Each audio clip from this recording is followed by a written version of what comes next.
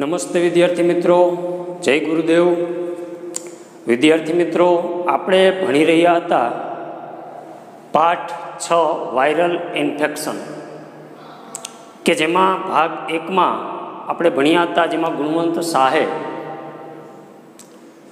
થોડાક રેફરન્સ એટલે કે ઉદાહરણો આપ્યા હતા. ચીનની વાત કરી હતી કે ત્યાં બીમાર પડે તો ડૉક્ટરને સજા થાય. એટલે મૂળ તેને વાત કરી હતી સ્વાસ્થ્યની જાળવણીની, કે આપણે લોકો સ્વાસ્થ્ય પ્રત્યે કેવા બેદરકાર છીએ. અભણ તો ખરા જ, પણ ભણેલા પણ અભણની માફક ખાવા પીવામાં ધ્યાન રાખતા નથી. ડૉક્ટરો પણ એટલા બેદરકાર જોવા મળે છે. અને હોસ્પિટલમાં કીડિયારોની જેમ પેશન્ટો ઉભરાતા હોય તો એ તંદુરસ્ત સમાજની મર્યાદા ગણાય, એમ કહે છે કે એ સારું ન કહેવાય. અનાથ આશ્રમમાં બાળકોની સંખ્યા વધે, વૃદ્ધાશ્રમમાં વૃદ્ધોની સંખ્યા વધે, એ કાંઈ સારું ન કહેવાય. એક સંકટ સમયની સાંકળ છે, વારંવાર ખેંચવી એ યોગ્ય નહીં.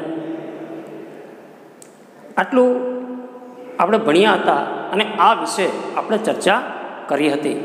હવે જોઈએ આગળ ભાગ 2, કે જેમાં ગુણવંત શાહ કહે છે કે ડૉક્ટરોને તાવની ફરિયાદ કરનારા દર્દીઓને કાને આજકાલ 2 શબ્દો અચૂક પડે છે: વાયરલ ઇન્ફેક્શન. અગાઉ પણ કહ્યું હતું, વાયરલ એટલે કે રોગ પેદા કરતા સૂક્ષ્મ એવા જીવાણુ, અને ઇન્ફેક્શન એટલે ચેપ. ડૉક્ટર પાસે જાય એટલે કાંઈ ન સૂજે એટલે શું કહી દઈએ? વાયરલ ઇન્ફેક્શન છે, દવા આપી દે. હવે વાયરલ ઇન્ફેક્શન એટલે મોકલનારના સરનામા વગરનું વીપી પાર્સલ, લેખક કહે છે. વીપી પાર્સલ એટલે મિત્રો પત્રો, ન્યૂઝપેપર, પુસ્તકો કે કોઈ કિંમતી વસ્તુ કે જેને પહોંચાડવા માટે એક યોગ્ય પોટલું કરવામાં આવે, એ પોટલાને કહેવાય વીપી પાર્સલ. એટલે વાયરલ ઇન્ફેક્શન એટલે શું? તો કે મોકલનારના સરનામા વગરનું વીપી પાર્સલ. ક્યાંથી વાયરલ આવ્યો એના કોઈ સરનામા હોતા નથી. પત્ર લખીએ એટલે આપણે જાણીને ફ્રોમ લખીએ છીએ રવાના, એનું કોઈ સરનામું હોતું નથી. ગમે ત્યાં જાય અને પોટલા બંધ જાય. અને અત્યારે આપણે જાણીએ છીએ કોરોના વાયરસ, થોડાક દિવસમાં કેટલા કેસ થઈ જાય, એનું કોઈ જ સરનામું નથી હોતું. ડૉક્ટરોને કંઈ જ ન સમજાય ત્યારે આ 2 શબ્દો તેમની મદદે આવે છે: વાયરલ ઇન્ફેક્શન છે, કાંઈ ન સમજાય ત્યારે. અને ડૉક્ટરોનો એમાં કોઈ જ વાંક નથી, કોઈ જ દોષ નથી. વાંક એટલે દોષ. કે જે દેશમાં જાહેર આરોગ્ય આટલું પાંગડું હોય, પાંગડું એટલે અપંગ કે અશક્ત, દુબળું, નબળું. આપણે જાણીએ છીએ કે જાહેર આરોગ્ય કેટલું પાંગડું છે, ખાસ કરીને આપણો દેશ, કે આટલી બધી વસ્તી છે, ગીચ વસ્તી. એટલે જે દેશમાં જાહેર આરોગ્ય આટલું પાંગડું હોય ત્યાં ઢગલાબંધ વસ્તીમાં જથ્થાબંધ મહામારી હોવાની છે. ઢગલાબંધ પુષ્કળ પ્રમાણમાં વસ્તી છે અને જથ્થાબંધ એક સામટી મહામારી, એટલે મિત્રો કોલેરા કહે તેને, મહામારીને. આ કોરોના છે એને પણ એક મહામારી કહી શકીએ, કે ઘણા પ્રમાણમાં લોકો મરતા હોય, કે ત્યાં આ મહામારી હોવાની કે જ્યાં ઇન્સાન અને ઉકરડો અડખે પડખે મળી સમજીને રહેતા હોય ત્યાં હોસ્પિટલો પણ ગંદી હોવાની. આપણે જાણીએ છીએ, અગાઉ જ વાત કરી હતી, જોક કર્યો હતો ને, હા તેમાં જ વાત કરી કે લોકોને ટેવ પડી ગઈ છે કે ઉકરડા વિના તેને જીવવું નથી ગમતું. ગંદકી અને લોકો બંને સાથે રહેતા હોય. હા, એમાં કંઈ પૈસાની જરૂર નથી, એક સારી ટેવ પાડવાની છે બસ. પણ એ ટેવ છે એ આપણે પાડતા નથી. ઘણા બધા લોકો છે, ઘણી બધી પોળમાં એમાં તમે જજો એટલે તમને જોવા મળશે. ગરીબ વસ્તીઓ હોય, ઝુંપડપટ્ટીઓ હોય. માત્ર જાગૃતિની વાત છે, પરંતુ અહીં તો આપણે જાણીએ જ છીએ કે ઉકરડા અને ગંદકીમાં રહેવા ટેવાયેલા છે લોકો, અને ત્યાં હોસ્પિટલો પણ એટલી જ ગંદી હોવાની. સ્વચ્છ હોસ્પિટલો વધારે પડતી મોંઘી હોય છે. સારી હોસ્પિટલો જાય, પ્રાઇવેટ હોસ્પિટલોમાં જાય તો એ મોંઘી હોય, એની ફી પોસાય નહીં. અને સ્વચ્છ હોસ્પિટલમાં લીલા પાટિયા પર સુંદર લખાણ અવતરણ હોય છે, જે થોડે થોડે દિવસે બદલાતું રહે છે. સરસ મજાનું લીલા પાટિયા ઉપર અવતરણોને બધું લખેલું હોય, સુવિચારો પણ લખે ને ક્યારેક ભાવ પણ લખતા હોય, કેસના ભાવ ને વગેરે. એ થોડા થોડા દિવસે બદલાતું રહે. પરંતુ એ હોસ્પિટલો છે મોંઘી દાટ છે, સામાન્ય માણસ ને તે પોસાય નહીં. અને ભારતની પ્રજામાં ગંદકી પ્રત્યે જે સુગ હોવી જોઈએ, સુગ એટલે ખરેખર અણગમો, કે જે સુગ હોવી જોઈએ તે ઝાઝી જોવા મળતી નથી. ગંદકી આપણને બહુ ખલેલ નથી પહોંચાડતી. ખલેલ એટલે તકલીફ, અડચણ, હરકત, કે આપણને અડચણ નથી પહોંચાડતી, આપણને કાંઈ તકલીફ નથી પડતી. અને ગંદકીનો આવો સ્વીકાર દુનિયામાં ક્યાંય જોવા નહીં મળે. આપણે સ્વીકારી છે, કટાક્ષ કરે છે, વ્યંગમાં કહે છે લેખક કે આવો સ્વીકાર ક્યાંય જોવા નહીં મળે. ગંદકીથી ભારે ખલેલ પામનારા ભારતના સૌ પ્રથમ સાધુ સ્વામી વિવેકાનંદ હતા. સૌ પ્રથમ તેનું ધ્યાન ગયું કે આ લોકોને ખરેખર સ્વચ્છતાની જરૂર છે, સ્વચ્છતાના પાઠ ભણાવવા જોઈએ. કારણ કે સૌ પ્રથમ તકલીફ સ્વામી વિવેકાનંદને પડેલી. અને મિત્રો જોવું પણ પડે, વાસ્તવિકતા છે. હા, ઘણા એમ કહે કે આપણે ગંદકી છે, નામ છે, યાર નેગેટિવ છે તું તો કહેશે. નેગેટિવ નહીં, વાસ્તવિકતાને નકારીને પોઝિટિવ ન થઈ શકાય. જો એવું હોત તો વિવેકાનંદ ન પાક્યા હોત. તેને જોઈ સમાજની તકલીફો જોઈ, સમાજમાં ગંદકી પ્રત્યેની જે સુગ હોવી જોઈએ તે નથી, તે જોયું એટલે તે થયા. લોકોના કલ્યાણ માટે સિદ્ધાર્થમાંથી બુદ્ધ થયા. એટલે વાસ્તવિકતાને ક્યારેય નકારી ન શકાય, એ વાસ્તવિકતા છે. એ વિવેકાનંદે જોયું એટલે વિવેકાનંદને ખલેલ પડી. ગરીબી અને ગંદકી વચ્ચેના બહેનપણાને કારણે આપણી હોસ્પિટલોમાં ઢગલાબંધ દર્દીઓ પણ મળતા રહ્યા છે. બહેનપણું એટલે આપણે જાણીએ છીએ હા, મિત્રતા.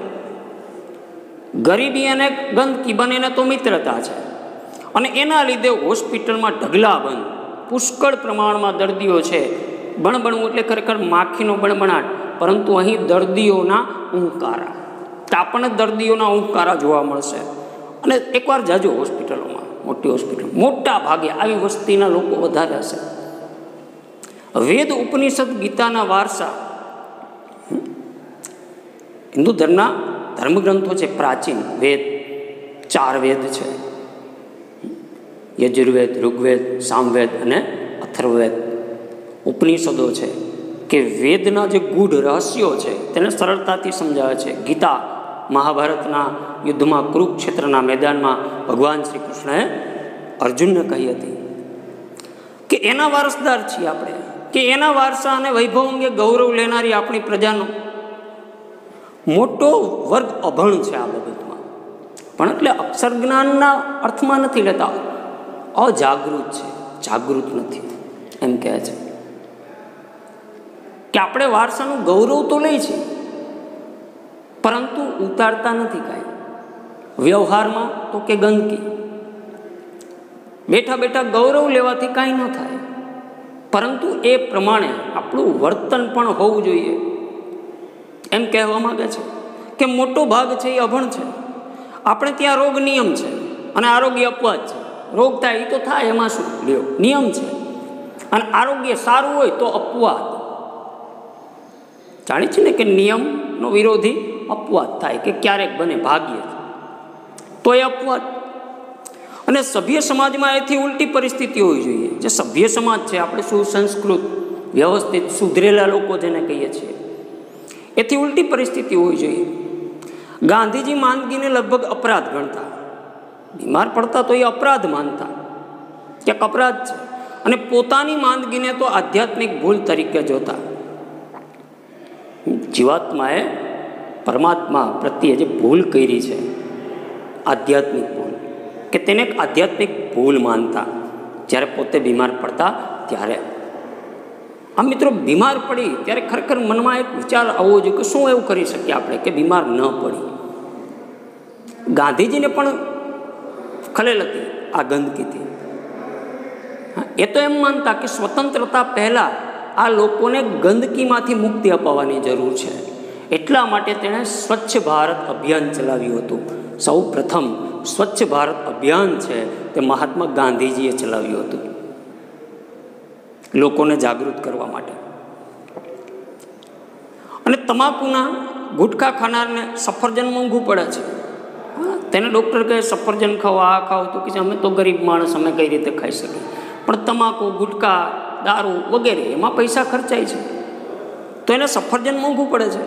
સિગારેટના ધુમાડા કાઢનારને ખજૂર, અંજીર, આલુ કે કાજુ મોંઘા પડે. શું કમેવો છે એ મોંઘું પડે, પણ સિગારેટમાં ઘણું બધું ફૂંકી નાખશે. નાસ્તામાં તળેલી વાનગી જ હોય, તળેલું જ ખાવાનું. ફળ હોય જ ન શકે, ફળ હોવા જોઈએ. અઠવાડિયામાં એક દિવસ તો ફળાહાર કરવો જોઈએ. આપણે કહીએ છીએ ને વાર તહેવાર આપણે રહી છીએ, તો એની પાછળનું કારણ આ હતું, સ્વાસ્થ્ય માટે સારું. હા, ફળાહાર. પણ ફળાહારમાં પછી પેટીસ ને એ તળીને ખાય તો એ બરાબર ન કહેવાય. ફળાહાર એટલે ફળ, કાચા ફળો જ ખાવા. એટલે ફળ હોય જ ન શકે નાસ્તામાં.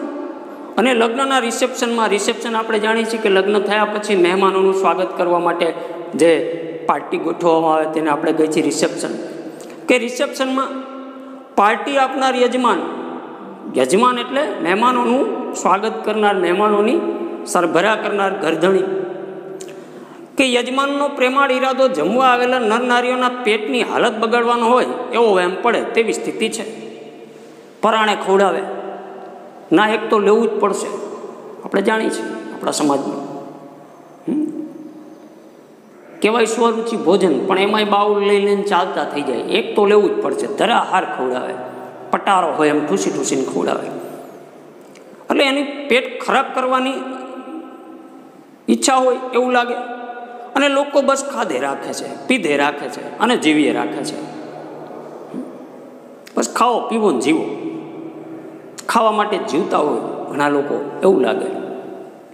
અને માંદગીને ખાટલે ઘણું ખરું તો વેડફાઈ ચૂકેલું જીવન પડેલું હોય છે, જે વેડફાઈ ગયું હોય. વેડફાવ એટલે બગડવું, વ્યર્થ જવું, કે વ્યર્થ જીવન જાય છે. અને ખાંસી વારંવાર આવે તો એ કફ છૂટો નથી પડતો, ઉધરસો ખાતા હોય, પરંતુ સમજણ છૂટી પડી જાય છે. સમજણ છૂટી પડી એટલે ડાહપણ ન રહેવું, કે ડાહપણ રહેતું નથી. અને રોગના મૂળમાં સમજણ સાથેના છૂટાછેડા રહેલા છે. સમજણ સાથેના છૂટાછેડા એટલે સમજદારી ન રહેવી, કે ડાહપણ ન રહેવું. અને જે પોતાના શરીરને ન સમજે તે વળી બીજાને શું સમજે? લેખક કહે છે કે પોતાના શરીરને નથી સમજતો, એ બીજાને શું સમજવાના? એટલે આવા બેદરકાર છે લોકો. આમ વ્યંગ કરીને લેખક સમજાવે છે. અને મનની સ્વસ્થતાનો શરીરની તંદુરસ્તી પર સીધો પ્રભાવ પડે છે. હવે વાત કરે છે મનની, કે માત્ર શરીર નહીં, મન તંદુરસ્ત હોવું જોઈએ. આપણે જાણીએ છીએ કે મનની સ્વસ્થતા છે તે શરીર ઉપર અસર કરે છે. કે જેનું મન ભાંગી પડવું એટલે નિરાશ થઈ જાવ, હતાશ થઈ જાવ, તેનું શરીર પણ ભાંગી પડે. આપણે જાણીએ છીએ કે સાજે સારા છે, પણ કોઈ ટેન્શન આવી જશે કે કોઈ એવી વાત આવશે તો તરત એની અસર શરીરમાં થશે. કોઈ એવા અણછાજતા કે ખરાબ સમાચાર જ્યારે મળે છે તો ઘણા બધા ચક્કર ખાઈને પડી જાય છે. એનું કારણ શું છે? મનની સીધી અસર શરીર પર થાય છે. એટલે જેનું મન ભાંગી પડે છે તેનું શરીર પણ ભાંગી પડે છે. અને મનની પ્રસન્નતા પાચન શક્તિને જાળવનારી છે. મન પ્રસન્ન હશે તો પેટના કોઈ રોગો નહીં થાય, પાચન શક્તિ સારી રહેશે. ઈર્ષ્યા, એસિડિટી વધારે એવો પૂરો સંભવ છે. એમ કહે છે કે વધુ પડતી કોઈની ઈર્ષ્યા કરતા હોય તો એસિડિટી થાય એવો સંભવ છે. આ પછી એવું ન કહેતા કોઈને એસિડિટી થતી હોય તો કે ઈર્ષ્યાળું છે. એસિડિટી થવાના ઘણા બધા બીજા કારણો હોય, વાતાવરણજન્ય હોય, ખાવા ઉપર ધ્યાન ના રાખી ત્યારે પણ થાય. પરંતુ મનમાં બળતરા કરતા હોય, ઈર્ષ્યા કરતા હોય તો ત્યારે એસિડિટી થાય. માનસિક તાણ બ્લડ પ્રેશરને સળી કરે છે. સળી કરવી એટલે ચાળો કરવો. માનસિક તાણ એટલે તણાવ. આપણે જાણીએ છીએ કે માનસિક તણાવમાં રહેતા હોય તેનું બ્લડ પ્રેશર છે એ હાઈ લો થતું રહે છે. અને અતિશય ચિંતા પેટના અલ્સરને ખોવાપે એમ બને. અલ્સર એટલે શરીરના અંદરના ભાગમાં પડતા ચાંદા, એ ચાંદા પડે. પતિ પત્ની વચ્ચેનો સંબંધ બંનેના સ્વાસ્થ્યને સીધી અસર પહોંચાડે છે. સારો સંબંધ હશે તો બંનેનું સ્વાસ્થ્ય સારું રહેશે. અને કેટલાક પરિવારોમાં ખડખડાટ હાસ્ય મહિને એક વાર પણ સાંભળવા નથી મળતું. એક વાર પણ ન મળે, ભેગા બેસે નહીં, ન વાત કરે, ન ખડખડાટ હસવા જોવા મળે, કાંઈ જ નહીં. કે માણસે હસવાની એક પણ તક છોડવી ન જોઈએ. જ્યારે પણ તક મળે ત્યારે હસી લેવું સમયાનુસાર. અને મુંબઈની ટ્રેનમાં ભજન મંડળી ધૂમ મચાવે છે. ટ્રેનોમાં ભજન મંડળી હોય, એ ભજનાનંદ છે. કાંઈક શોખ વિકસાવવો પડે, આનંદ કરવો પડે, મનોરંજન પણ જોઈએ. કે મુંબઈની ટ્રેનમાં ભજન મંડળી ધૂમ મચાવે છે કે ભજનાનંદ તાણમાં ઘટાડો કરે છે, માનસિક તણાવ છે એમાં ઘટાડો કરે છે. અને પ્રાર્થનામાં તાણ અને સખણી રાખવાની અદ્ભુત તાકાત રહેલી છે. તાણને વ્યવસ્થિત રાખવાની સખણી એટલે એનામાં અદ્ભુત તાકાત છે પ્રાર્થનામાં. એટલે જ આપણે કહીએ છીએ કે પ્રાર્થના આત્માનો ખોરાક છે. પ્રાર્થનાના ઘણા ચમત્કારો છે મિત્રો. એક મેડિટેશન છે. એટલે દરરોજ પ્રાર્થના પણ કરવી જોઈએ. કે રામે તાડકા નામની ભયંકર રાક્ષસીનો વધ કરેલો. રામાયણમાં આવે છે કે વિશ્વામિત્ર રામ અને લક્ષ્મણને જ્યારે નાના હોય છે ત્યારે લઈ જાય છે. રાક્ષસોનો ઉપદ્રવ વધારે હોય છે, યજ્ઞો ન કરવા દેતા. અને ત્યારે વનમાં જઈ અને રામ તાડકા નામની ભયંકર રાક્ષસીનો વધ કરે છે.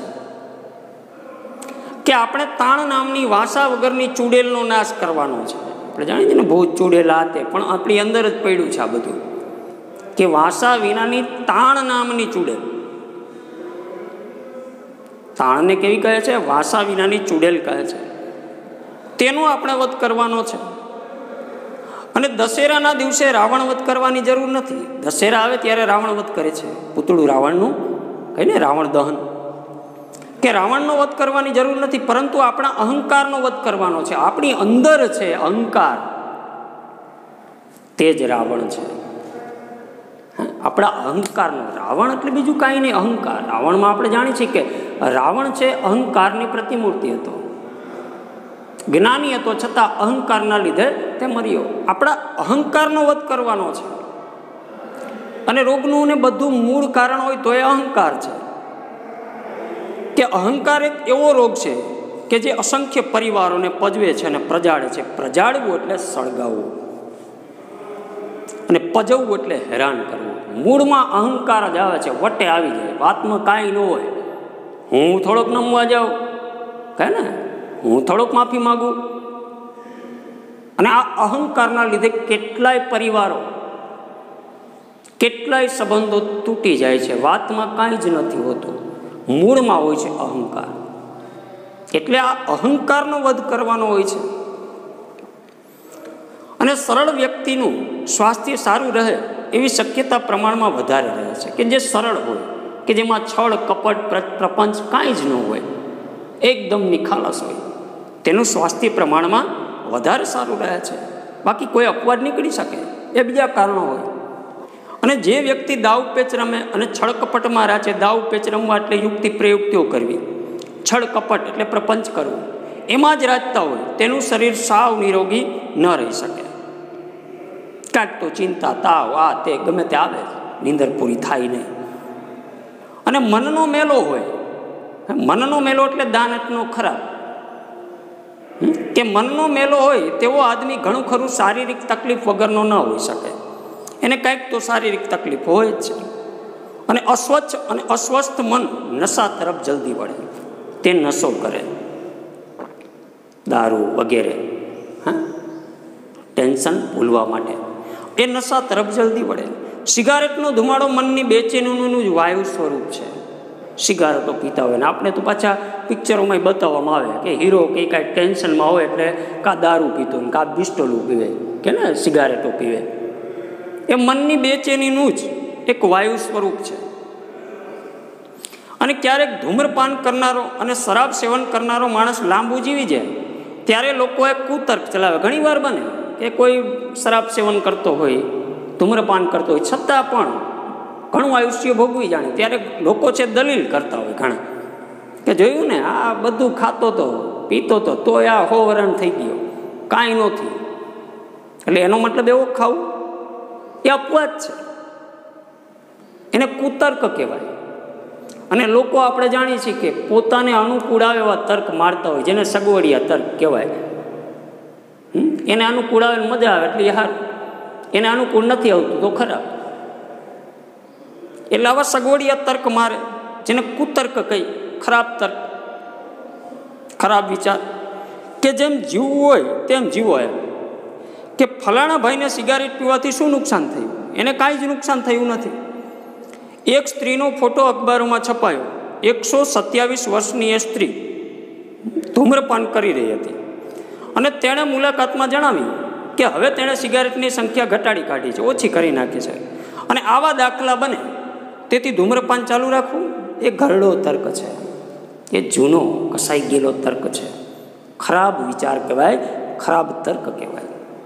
એક અપવાદ છે, ક્યારેક બને. એટલે લોકો આવા તર્ક મારતા હોય પોતાને અનુકૂળ આવે એવા, પણ એ સારી ટેવો પાડવા તૈયાર થતા નથી અને પોતાની આ ખરાબ ટેવો પર ગર્વ લેતા હોય અને સમાજમાં આવા ખરાબ ઉદાહરણો બેસાડે એટલે નાના બાળકો પણ ઇન્સ્પાયર થાય તેનાથી. પ્રત્યેક માણસને મા, બહેન, ભાભી, પિતા, મિત્ર કે પત્ની તરફથી ભરપૂર સ્નેહ મળી રહે તો કદાચ શરાબની જરૂર નહીં પડે. ઘર પરિવાર પર તરફથી ભરપૂર પ્રેમ મળી રહે, લાગણી મળે તો શરાબની જરૂર પડશે નહીં. હજી આપણે ત્યાં પ્રેમનો ઉપચાર તરીકે સ્વીકાર નથી થયો. ઉપચાર તરીકે આપણે સ્વીકાર નથી કર્યો.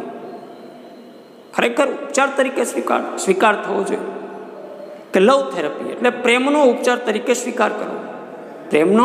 પ્રેમ દ્વારા ઉપચાર, સ્નેહ દ્વારા ઉપચાર. કે લવ થેરપી માટે હોસ્પિટલ કે સાયકેટ્રિસ્ટ પાસે જવું ન પડે. સાયકેટ્રિસ્ટ એટલે મનોચિકિત્સક, માનસિક રોગોના નિષ્ણાત, જેને કહેવાય સાયકેટ્રિસ્ટ. અને આજે જોઈએ છીએ આપણે માનસિક રોગોના ભોગ જાજા બને છે અને ખતરનાક રોગો છે. લોકો ડિપ્રેશનમાં આવી જાય, કાંઈનું કંઈ કરી નાખે. એટલે તે સાયકેટ્રિસ્ટ પાસે જાય છે. એટલે કહે છે કે જો લવ થેરપી એટલે પ્રેમનો ઉપચાર તરીકે જો ઉપયોગ કરવામાં આવે તો સાયકેટ્રિસ્ટ પાસે જવું ન પડે. અને ભર્યો પ્રેમાળ પરિવાર તન અને મનના આરોગ્ય માટેની પૂર્વ શરત છે. ભર્યો પરિવાર હોવો જોઈએ, ભર્યો ખુશખુશાલ, જેમાં પ્રેમ હોય, લાગણી હોય, એ આરોગ્ય માટેની પૂર્વ શરત છે. જીવન વીમો જરૂરી છે. આપણે જાણીએ છીએ ને, જીવન વીમો ઉતારી છે, LIC વગેરે વગેરે. અત્યારે તો ઘણા બધા આવી ગયા છે બજારમાં કે જીવન વીમો જરૂરી છે, પરંતુ જીવન શ્રદ્ધા એથી વધારે જરૂરી છે. જીવન શ્રદ્ધા, જીવન પ્રત્યે શ્રદ્ધા કોને કહેવાય? તો કે પરિવાર, દરેક પ્રત્યે પ્રેમ હોય, નિખાલસતા, આ જીવન શ્રદ્ધા છે. તેમાં સમર્પણ એ જ રોકાણ છે. સમર્પણ હોવું જોઈએ, અહંકાર નહીં, હું એમ. સમર્પણ ભાવ હોય તો જ સંબંધ ટકે, એ રોકાણ છે. અને સ્નેહ એ જ ડિવિડન્ડ છે. આપણે જાણીએ છીએ ને કે કંપનીમાં શેર ઉપર જે રોકાણ કર્યું હોય તેનું વ્યાજ મળે તેને કહેવાય ડિવિડન્ડ. કે ડિવિડન્ડ છે સ્નેહ, એનું ડિવિડન્ડ છે. સામેથી તમને સ્નેહ મળશે.